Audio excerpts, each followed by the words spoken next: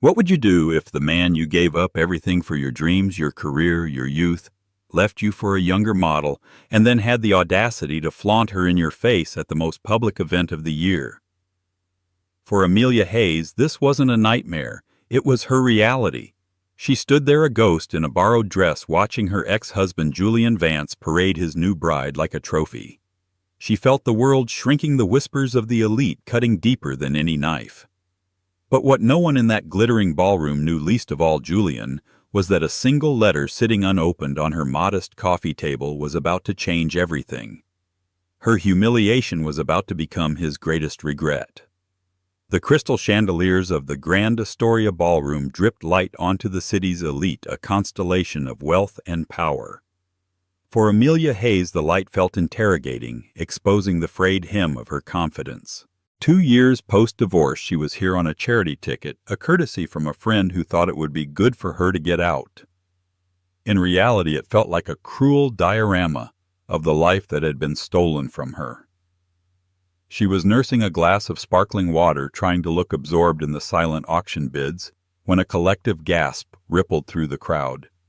The cameras at the entrance flashed in a frenzy, a supernova of light heralding the arrival of a new king and queen. Julian Vance, her ex-husband, stepped onto the marble floor. He was more handsome than she remembered, his custom-tailored Tom Ford suit clinging to a frame honed by personal trainers she used to schedule. He oozed the kind of success she had helped build brick by painful brick. And on his arm, dripping in diamonds that Amelia knew were paid for by the company she co-founded, was Tiffany Dubois. Tiffany was barely 24, a lifetime away from Amelia's 40. She was a sunrise, all golden skin and effortless grace, her laughter tinkling like the champagne flutes around them. She wore a crimson gown that left little to the imagination, a stark contrast to Amelia's elegant but understated navy blue dress. They were the picture of modern success, the tech mogul and his influencer bride. Amelia felt the air leave her lungs. She had known this might happen, but the reality was a physical blow. She remembered the nights she'd spent editing Julian's business proposals until her eyes burned, the savings she'd poured into his first startup, the dreams of being a renowned architectural restorer she'd put on hold to be Mrs. Vance. He had promised her it was a partnership. "We're a team, Ames," he used to say. "When I win, you win." But when he won, he cashed her out for a newer model. The divorce had been brutal. Julian's lawyers painted her as a freeloader, a bitter woman clinging to a lifestyle she hadn't earned. She walked away with a pittance, just enough to rent a small apartment and restart her restoration consultancy on a shoestring budget, while he kept the penthouse, the company, and their entire history. Now he was working the room, Tiffany attached to his side like a charm. He caught Amelia's eye across the crowd. There was no flicker of recognition, no hint of shared history. Just a cold, dismissive glance, before he turned back to laugh at something Tiffany whispered in his ear. He then did something that shattered the last of Amelia's composure. He took Tiffany's hand, raised it to his lips, and kissed her diamond-encrusted fingers, his eyes still locked on Amelia's.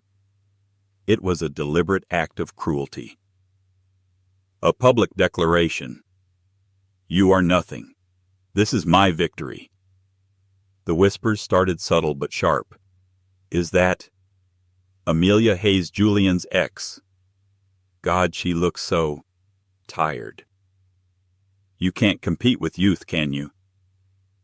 Amelia's face burned.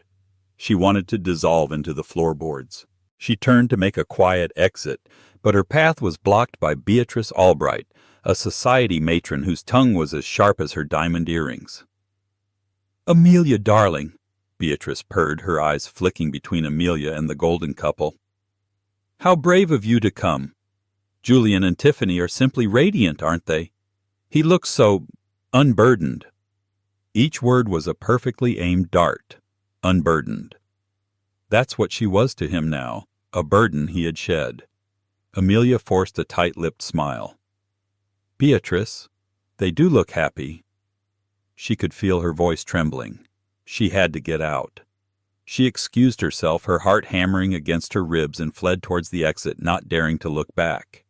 The sound of their tinkling laughter seemed to follow her all the way out into the cold, unforgiving night. Back in her small, quiet apartment, the borrowed dress felt like a costume for a life she no longer lived. She sank onto her sofa, the city lights a blur through her tear-filled eyes. She was alone, humiliated, and invisible. At 40, her life felt like it was already over. On her coffee table, nestled between a stack of bills and a library book, sat a thick, cream-colored envelope with an embossed return address, Finch and Sterling, LLP. She had glanced at it earlier, assuming it was a solicitation, and had tossed it aside. Tonight she was too broken to even care. The morning after the gala was a study in gray. A dull, persistent drizzle wept against Amelia's apartment window, mirroring the hollow ache in her chest.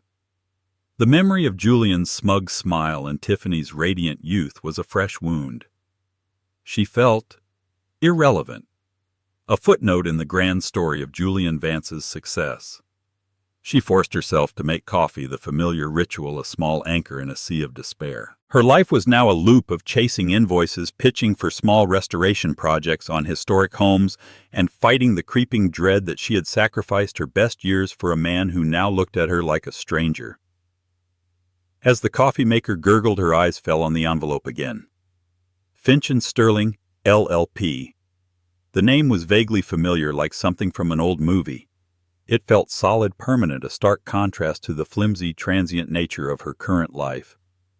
Curiosity, a feeling she hadn't experienced in months, finally pricked through her apathy. She picked it up. The paper was heavy, expensive. It wasn't junk mail. With a tremor of apprehension, she slid it open with a kitchen knife. The letter inside was typed on the same luxurious paper, the words formal and stark. Dear Ms. Amelia Hayes, this correspondence is to inform you of the passing of your great-uncle, Mr. Arthur Blackwood. We, the firm of Finch and Sterling, are the executors of Mr. Blackwood's estate. It is imperative that you contact our offices at your earliest convenience to schedule a meeting with our senior partner, Mr. Alistair Finch, regarding the reading and execution of Mr. Blackwood's last will and testament. Please be advised that your presence is a matter of significant urgency. Amelia sank into a kitchen chair, the letter trembling in her hand. Arthur Blackwood. She hadn't heard that name in decades. He was her grandmother's brother, a reclusive, almost mythical figure from her childhood. She remembered meeting him once at a family funeral when she was about 10. He had been a tall, severe-looking man with piercing blue eyes who didn't say much. He had given her a beautifully illustrated leather-bound copy of The Secret Garden and told her, "Always tend to the things others neglect. That's where the real beauty is." Her family had lost touch with him years ago. They said he was eccentric, a wealthy investor who lived a quiet life somewhere in New England after making a fortune in the early days of computing and then in shrewd long-term investments. They considered him a recluse who wanted nothing to do with them. Why would he name her in his will? And what did significant urgency mean? She probably inherited a dusty old clock or set of books. Still, it was a distraction, a mystery. She found the number on the letterhead and dialed, half expecting a recording. A crisp, human voice answered immediately. Finch and Sterling, how may I direct your call? Hello, my name is Amelia Hayes. I received a letter about Mr. Arthur Blackwood. The change in the receptionist's tone was immediate. The polite efficiency warmed into something resembling reverence. Ms. Hayes, of course. Mr. Finch has been anticipating your call. He can see you tomorrow morning at 10 o'clock if that is amenable. It felt like being pulled into another world. Yes, 10 o'clock is fine. The next morning, Amelia stood before a formidable limestone building in the heart of the financial district. The brass plaque read, Finch and Sterling Est, 1922. It was a world away from Julian's sleek glass and steel tech empire. This place spoke of old money, of legacies that spanned generations. Inside the office was a cathedral of mahogany and leather. A grandfather clock ticked solemnly in the corner. A young paralegal escorted her to a corner office with a sweeping view of the city. Alistair Finch rose from behind a massive desk. He was a man in his late 60s, with a mane of white hair and the same kind of piercing blue eyes she remembered from her great-uncle. He was impeccably dressed in a three-piece tweed suit. "Ms. Hayes," he said, his voice a low, comforting baritone, "thank you for coming on such short notice. I am Alistair Finch. I was your great-uncle's lawyer, and I was also his friend."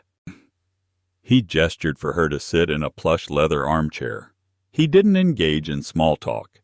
He slid a heavy document bound in a blue cover across the desk. "Amelia," he began, his tone softening, "Arthur was a very private man. He didn't maintain many family ties, but he did observe. He was aware of your life, your career choices, and your recent difficulties." Amelia's heart skipped a beat. "He knew about my divorce. He knew you were a woman of substance and integrity who had been dealt a severe injustice," Finch corrected gently. "He admired your passion for restoration. He often said you were the only one in the family who understood the value of preserving the past. He saw your work not as a hobby, but as a calling." Finch paused, letting the words sink in. "Arthur never married and had no children. He spent his life building a considerable fortune, and he was very particular about what would happen to it after his passing. He wanted his legacy to be in the hands of someone who would nurture it, not squander it. Someone who tends to the things others neglect." He tapped the document. "This is his last will and testament. It is quite straightforward. He has left a few small bequests to various charities and his longtime staff. The remainder, the entirety of the Blackwood Estate, he has left to you." Amelia stared at him, confused. "The remainder. What does that mean? His house? A few $1,000s?" Alistair Finch looked at her, his expression a mixture of solemnity and something that looked like gentle pity for what she was about to experience. "Amelia," he said slowly, choosing his words with care. "Arthur Blackwood was not simply a wealthy man. By the time of his passing, his portfolio of investments, real estate holdings, and private equity stakes were valued at an estimated $2.7 billion. The number hung in the silent wood-paneled office like a ghost. $2.7 billion. Amelia heard the words, but her brain refused to assemble them into a coherent thought. It was a sum so vast, so astronomical, that it felt like a clerical error. A joke. She looked at Alistair Finch, expecting him to crack a smile to tell her he'd misspoken. But his face was earnest, his blue eyes unwavering. I'm sorry," she stammered, the room suddenly feeling too warm. "I think I must have misheard you. Did you say billion?" "Yes, Ms. Hayes, with a B." Finch confirmed, his voice calm and steady, a rock in her swirling sea of disbelief. "It is a significant fortune, and it is now yours." He gestured to the document on the desk. "Of course it's more complex than just a number. The Blackwood Estate comprises a diversified portfolio of stocks in blue-chip companies, controlling interests in several private technology and green energy firms, a collection of priceless art and antiques, and significant real estate holdings." He slid a second, thicker file towards her. It was a preliminary asset summary. She opened it numbly. The words swam before her eyes.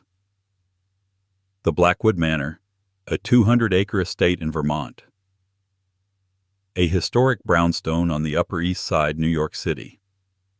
A vineyard in Napa Valley. A penthouse apartment in London overlooking Hyde Park. A villa on the coast of Italy. It was an inventory for a life she couldn't even imagine. Just last week, her biggest financial concern had been whether she could afford to have the sputtering engine of her 10-year-old Honda Civic looked at. Now she owned a vineyard.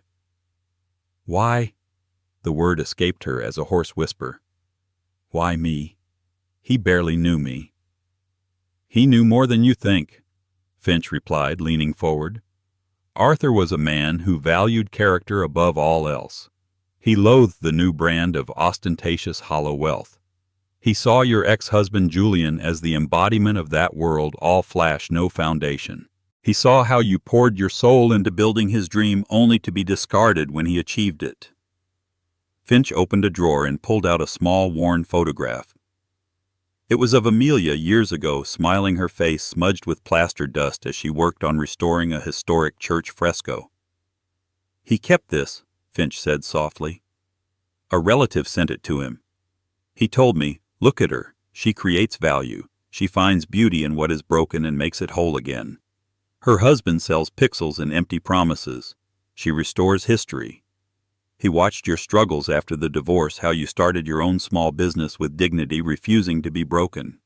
He saw in you the same quiet strength and appreciation for lasting value that he prided himself on." Tears welled in Amelia's eyes. It wasn't just about the money. It was the validation. For years, Julian had made her feel small, as if her passion was a quaint little hobby compared to his world-changing ambitions. But this quiet, distant man had seen her. He had truly seen her. "There are, of course, stipulations," Finch continued, bringing her back to the present. "He established the Blackwood Foundation, a charitable trust to be funded by a portion of the estate's annual earnings. He has named you as the chairperson. Its mandate is broad: the preservation of historical architecture and the support of traditional artisans. It was his final gift to you, not just the wealth, but a purpose for it that aligns with your own soul." He pushed a pen across the desk. "There are many documents to be signed. This first set is the most important.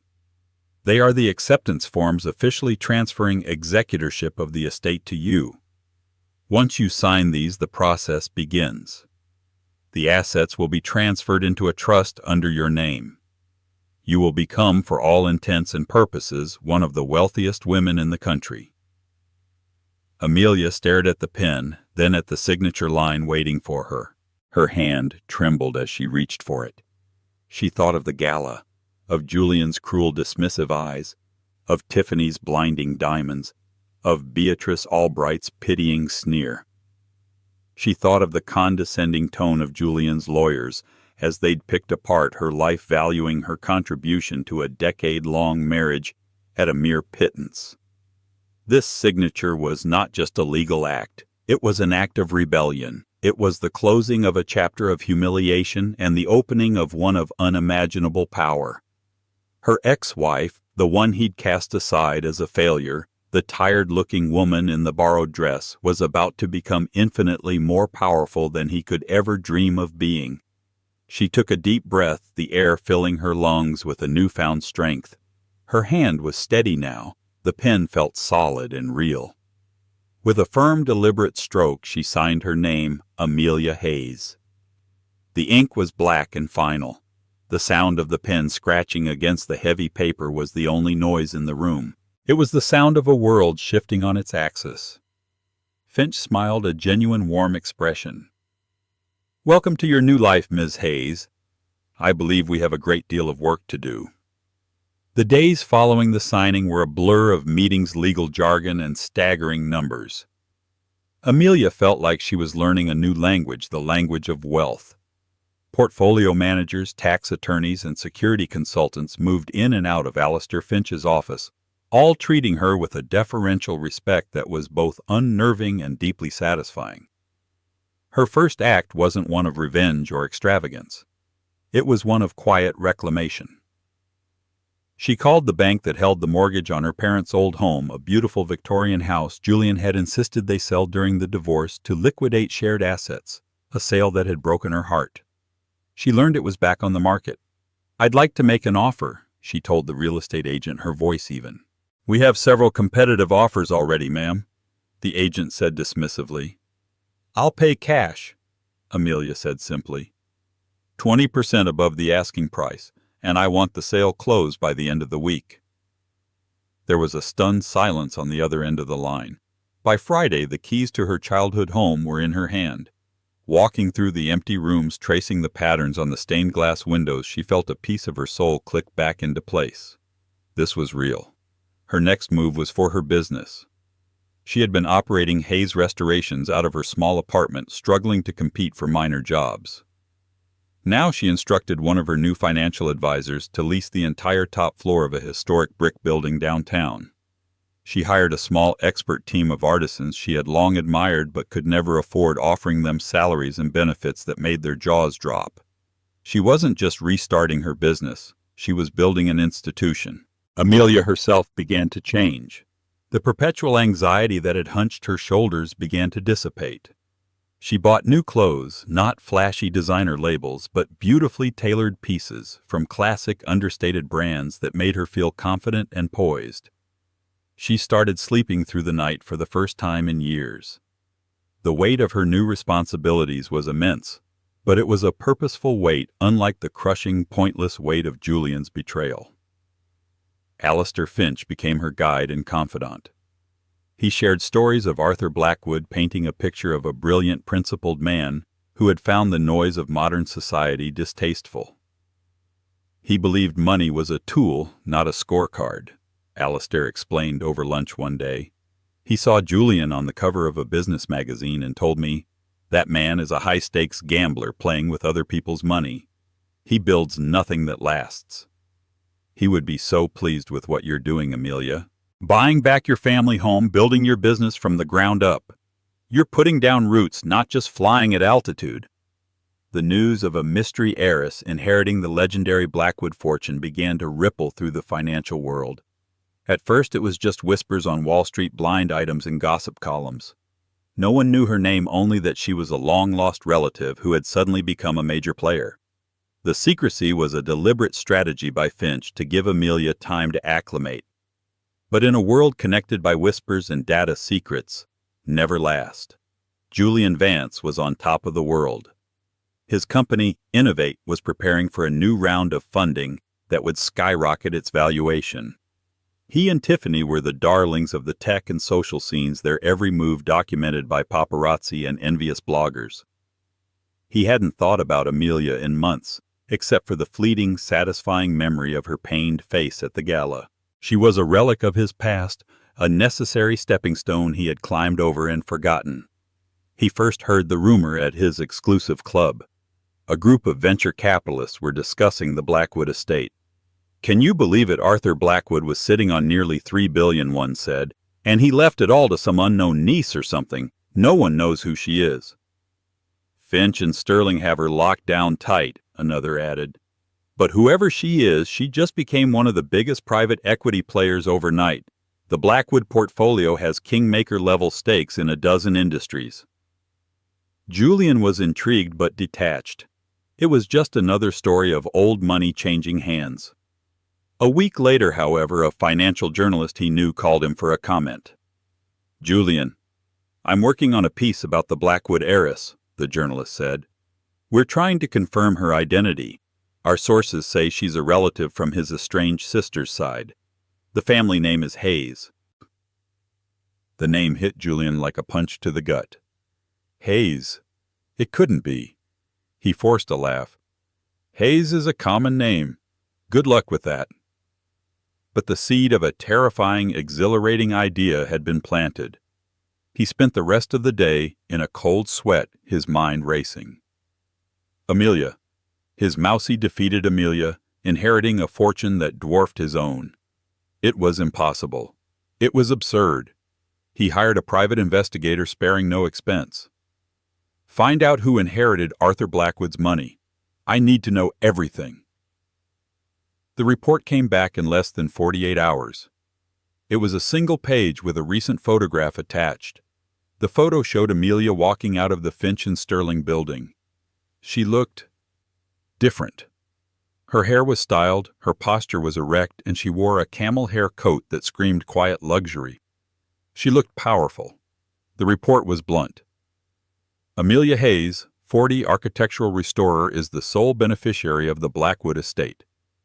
Estimated net worth $2.7 billion. Julian stared at the report, his world tilting on its axis. He wasn't filled with happiness for her or even simple shock. He was consumed by a blinding, furious wave of possessiveness. His ex-wife, his mousy little Amelia, was a billionaire. The money, the power, the connections, they should have been his. He had been married to her. He was entitled to it. His mind began to spin, the gears of his manipulative charm grinding into motion. He hadn't just made a mistake divorcing her. He had made a cataclysmic financial blunder. That evening, Tiffany was showing him a new haul from a shopping spree on Rodeo Drive. "Look, Julie, it's the new Birkin. There was a 6-month wait list, but the manager knows me, so—" Julian barely heard her. He looked at her, at the designer bag, at the vapid smiling face, and for the first time he saw her not as a trophy, but as a liability. A very, very expensive liability. "Tiffany," he said, his voice cold. "We need to talk." He saw the future clearly now. He hadn't lost a wife. He had lost a winning lottery ticket. And he was going to do whatever it took to get it back. His new plan began to form a venomous, calculated strategy to win back Amelia's trust, and with it, her fortune. Amelia was overseeing the final touches on the restoration of a historic library's reading room, a project funded by the newly established Blackwood Foundation, when her assistant approached her looking flustered. "Ms. Hayes," she said hesitantly, "there's a Mr. Vance here to see you. He says it's personal." Amelia felt a cold dread snake up her spine. Julian. Here. She hadn't seen or spoken to him since the gala. She considered refusing, but a new steely resolve had taken root in her heart. She wasn't the scared, broken woman from the Astoria ballroom anymore. "Send him in," she said, her voice betraying none of her inner turmoil. Julian walked into the vast, sun-drenched room, the scent of his expensive cologne, a jarring intrusion among the familiar smells of old wood and lemon oil. He had a carefully curated look of contrition on his face. He was holding a bouquet of white lilies, the same flowers he used to buy her after a fight. The gesture was so transparently manipulative it was almost laughable. "Ames," he began, his voice a low, intimate murmur he had once used to such devastating effect. "You look incredible, truly." "What do you want, Julian?" Amelia asked, her tone flat. She didn't invite him to sit. She stood her ground, a faint dusting of plaster on her blazer, a symbol of her new world. "I came to apologize," he said, taking a step closer. She didn't move back. "I've been doing a lot of thinking. About us, about what I lost, the gala, seeing you there. It made me realize what a fool I've been. I was drowning in the pressure, the expectations. I lost my way. I lost you." It was a performance worthy of an Oscar. Every word was designed to tug at old heartstrings, to evoke a shared history he had so casually incinerated. "You didn't lose me, Julian," Amelia stated calmly. "You threw me away. There's a difference." His smile faltered for a fraction of a second. "That's not fair, Ames. We were a team. I always said that. And I know the divorce was messy. I let the lawyers get out of control. But in my heart, I never stopped caring about you." He glanced around the magnificent room. "And look at you now. I heard about your inheritance. I am so happy for you. You deserve it. You always deserve the world." Then came the pivot, the true purpose of his visit. "I just feel like that kind of wealth, that power. It comes with sharks, Ames. People will try to take advantage of you. You need someone you can trust, someone who knows that world, someone who has your back." He paused, his eyes pleading. "I want to be that person. Let me help you. Help. We can be a team again, stronger than ever." Amelia looked at him. Truly. Looked at him, and for the first time she felt nothing. No pain, no lingering affection, only a profound and chilling clarity. She saw the predator beneath the polished veneer, the avarice glittering in his eyes. He wasn't here for her. He was here for the Blackwood Estate. He was hunting. A slow, genuine smile spread across her face. It wasn't a smile of warmth, but of power. "No, thank you, Julian," she said, her voice as cool and clear as glass. "No." He seemed genuinely shocked, as if this outcome had never entered his calculations. "No," she repeated. "You're right about one thing. This kind of wealth attracts sharks, and I'm looking at the most dangerous one right now. You don't care about me. You care about what I have. You smell money and you came running just like you always do." His mask of contrition shattered, replaced by a flash of his familiar arrogant anger. "That's ridiculous. After everything I did for you. Everything you did." Amelia cut him off, a spark of fire in her voice now. Let me remind you, Julian, I was the one who worked 2 jobs while you wrote your business plan. I was the one whose savings were your seed money. I was the one who gave up my own career to support yours. You didn't build your empire alone. You built it on my back. And the moment it was stable, you replaced me. From the arched doorway behind Julian, a figure appeared. It was Tiffany. She looked pale and uncertain, her usual bubbly confidence completely gone. She had clearly followed him. "Julie," she asked, her voice small. "What's going on?" Julian spun around, his face a mask of fury at being interrupted. But Amelia's eyes were locked on Tiffany. She didn't see a rival anymore. She saw a young woman standing exactly where she had stood years ago, oblivious to the true nature of the man she was with.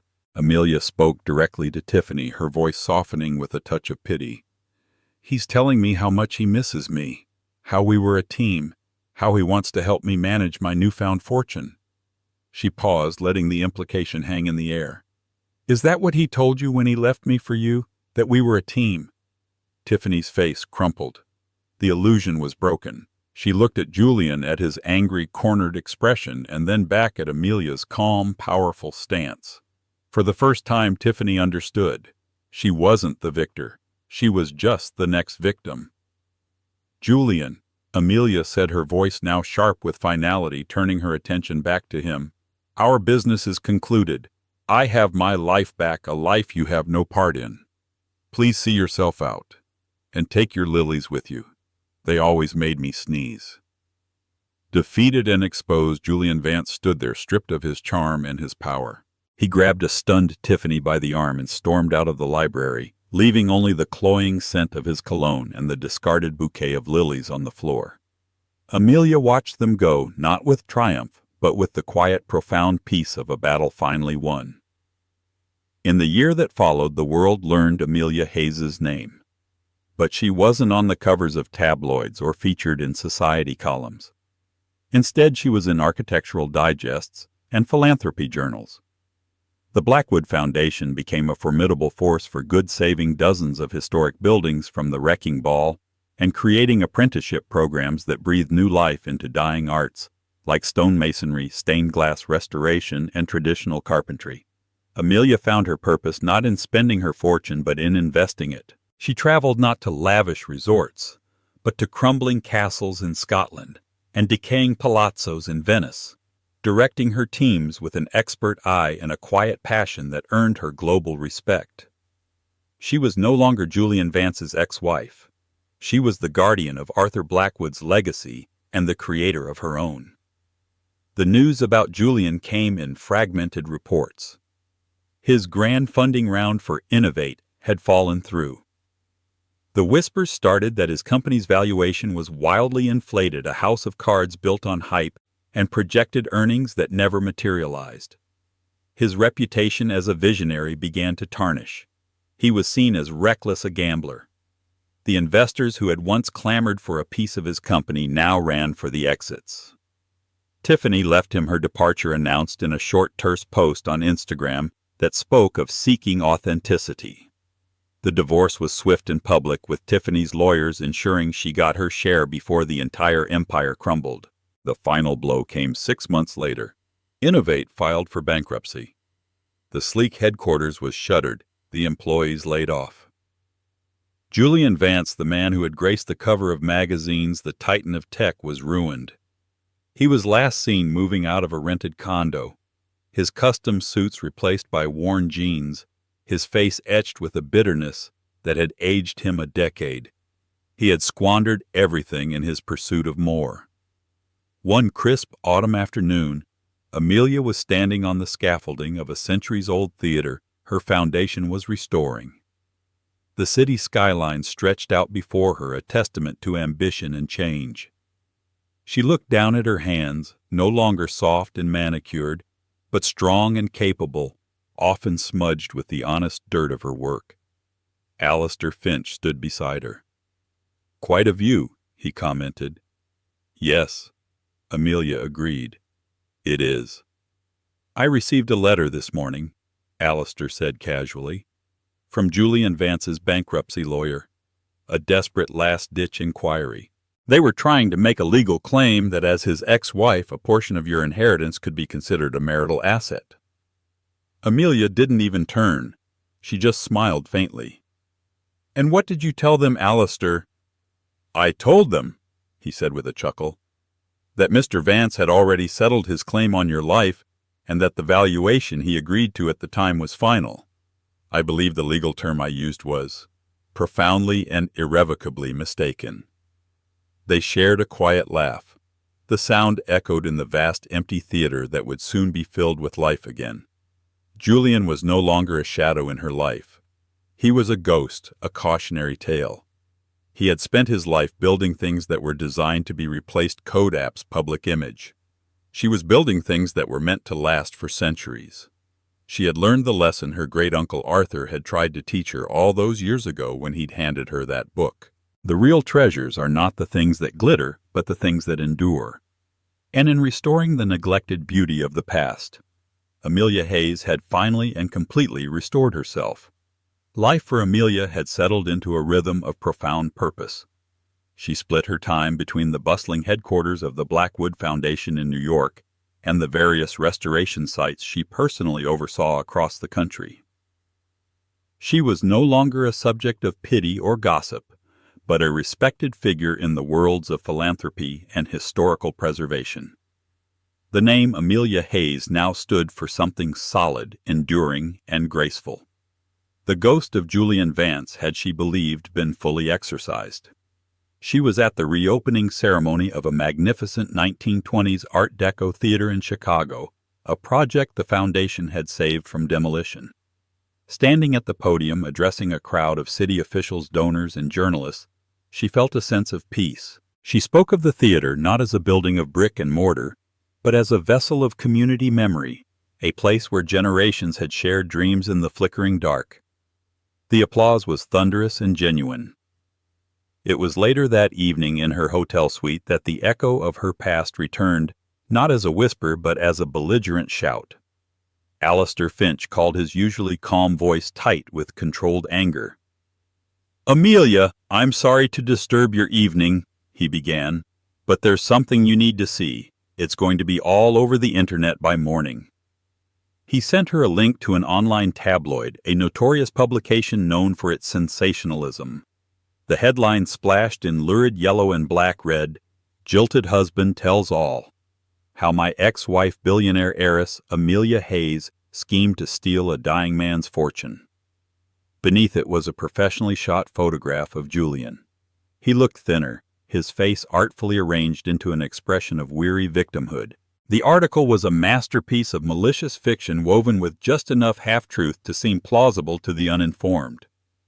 Julian claimed their marriage had fallen apart because of Amelia's unhealthy obsession with her reclusive elderly great-uncle.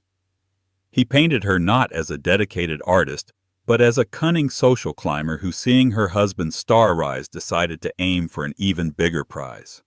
She would visit him in secret, one fabricated quote read. She'd come back and talk about the Blackwood legacy, about how I, a new money tech guy, could never understand true class. She poisoned the old man against me, preying on his isolation and his failing health. She painted me as a monster so she could position herself as his savior. Our divorce wasn't about another woman. It was about her cold, calculated ambition. I didn't leave her. She had already left our marriage for a dying man's checkbook. He even twisted her love for restoration. She was always obsessed with old things. Broken things, he was quoted as saying. I think she saw Arthur Blackwood as her ultimate restoration project with a multi-billion-dollar payout. Amelia felt the blood drain from her face. It was a vile, poisonous narrative that struck at the very heart of her identity and the honor of the man who had saved her. Julian couldn't attack her wealth, so he was attacking her character. He was trying to defile the one thing he could never touch, the genuine, quiet respect between her and her great-uncle. The fallout was immediate. The story was picked up by more mainstream gossip blogs. The comment sections were a cesspool of judgment. Knew there was more to the story, one read. Classic gold digger, said another. By the next day, the whispers had reached her professional life. A board member of a museum she was collaborating with called for a brief pause to allow the dust to settle. A journalist who had been glowing in his praise the night before now asked for a comment on the troubling allegations. Julian had found her vulnerability. She had built a fortress of wealth and purpose, but he was attacking its foundations with lies. He was trying to turn her inheritance, a gift of validation, into a mark of shame. Alistair Finch advised a course of dignified silence. "It's a tabloid, Amelia. To respond is to give it legitimacy. It will blow over." For a day she tried to take his advice, but the slander festered. Julian wasn't just attacking her. He was desecrating the memory of Arthur Blackwood, painting a kind, principled, and intensely sharp-minded man as a senile puppet. She thought of Arthur's piercing blue eyes, of his one piece of advice to her as a child: always tend to the things others neglect. Julian was trying to neglect his memory to break his legacy. She would not allow it. "No, Alistair," she said on the phone the following evening, her voice ringing with a newfound cold fury. "I will not be silent while he exhumes a good man's name for his own pathetic revenge. This isn't about me. It's about Arthur. I am not going to let these lies be the final word on his story." "A libel suit would be long and messy," Alistair warned. "It's exactly the circus he wants." "I know," Amelia said, a plan beginning to form in her mind, a plan that felt true to both herself and her benefactor. "I'm not going to sue him. I'm going to bury him. Not with lawyers, but with the truth. I'm going to the Blackwood Manor in Vermont. I need to find something in Arthur's own words." She had managed the estate from a distance, preserving the house as a private memorial. She had never felt ready to step fully into his personal space. But now she wasn't just his heiress. She was his defender, and she was going into the heart of his world to find the weapon she needed. The Blackwood Manor was not a palace of ostentatious wealth, but a grand sprawling stone house, nestled among ancient maple and oak trees in the Vermont countryside. It was dignified, private, and timeless, much like the man who had lived there. As Amelia drove up the long gravel driveway, she felt a sense of coming home to a place she'd never been. The house was kept in perfect order by a small, loyal staff who had served Arthur for decades. The housekeeper, a warm, elderly woman named Mrs. Gable, greeted her with tears in her eyes. "He would be so proud of you, Miss Hayes. What that man is saying in the papers, it's a wicked sin." Amelia spent the first day simply walking through the rooms, absorbing the quiet atmosphere. The house was filled with books, maps, and art that spoke of a curious and brilliant mind. There was nothing flashy or ostentatious. It was the home of a man who valued substance above all. His study was her final destination. It was a magnificent two-story room lined wall-to-wall with books. A large oak desk stood before a bay window that overlooked the rolling hills. It felt like a sanctuary. This was the mind of Arthur Blackwood. She didn't know exactly what she was looking for. A letter. A misplaced document. She ran her hand along the spines of his books, feeling a connection to him she never had in life. For hours she searched. Finally, Mrs. Gable brought her a cup of tea. "If you're looking for the heart of him, miss," the housekeeper said softly, "it wouldn't be out in the open. He was a very private man. He had a safe behind the Emerson volumes." She pointed to a section of the bookshelf. Behind a row of leather-bound Ralph Waldo Emerson essays, Amelia found a small, discreet wall safe. The combination, Mrs. Gable told her, was the date of the Battle of Hastings, 1066. Inside there were no gold bars or bearer bonds. Instead, there was a stack of about a dozen thick leather-bound journals. They were filled cover to cover with Arthur Blackwood's elegant, precise handwriting dating back nearly 50 years. Amelia sat at his desk and opened the most recent one. She began to read, and as she did, the quiet, observant man came to life. He wrote about the stock market, about politics, about bird-watching, and about books. And then she found what she was looking for. She found herself. October 14th, 2015. Had a call from my grandniece Amelia. Her wedding invitation. The man is Julian Vance. I looked him up. All flash, no fire. He sells digital ephemera and calls himself a visionary. A man with a salesman's smile and an empty soul. He will build his success, and when he feels it is complete, he will discard the scaffolding. I worry for her. She has a good heart, a creator's spirit. Amelia felt a shiver run down her spine. He had seen it from the very beginning. She kept reading, flipping through the years. June 22, 2023. News that Julian Vance has left Amelia for a younger woman. Unsurprising. A man like that only values appreciating assets, and he is too foolish to understand that character and loyalty appreciate more than youth. He failed to realize his wife was his greatest asset. I see from her public filings she has started a small restoration business. Good. Steel is forged in fire. She has the Blackwood resilience. Tears streamed down Amelia's face. He had been watching over her, respecting her struggle from afar. Then she found the final entries written in a slightly shakier hand just months before he passed. February 5, 2025. Alistair is concerned about my will. He suggests a competency evaluation to head off any potential challenges. Amusing. My mind is as clear as a Vermont winter morning. I know precisely what I am doing. This fortune is a responsibility, a tool. It needs a caretaker, not a showman. It needs someone who tends to the things that last. It needs Amelia. She will not be corrupted by it. She will give it purpose. She will understand. This was it. This was the truth. It was more powerful than any legal argument or public relations statement. It was Arthur's voice, clear and unassailable from beyond the grave.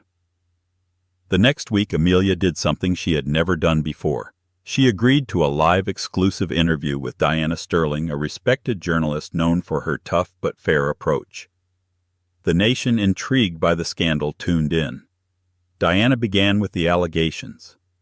Amelia, your ex-husband Julian Vance claims you manipulated a vulnerable elderly man to secure your inheritance. What is your response? Amelia was poised and calm.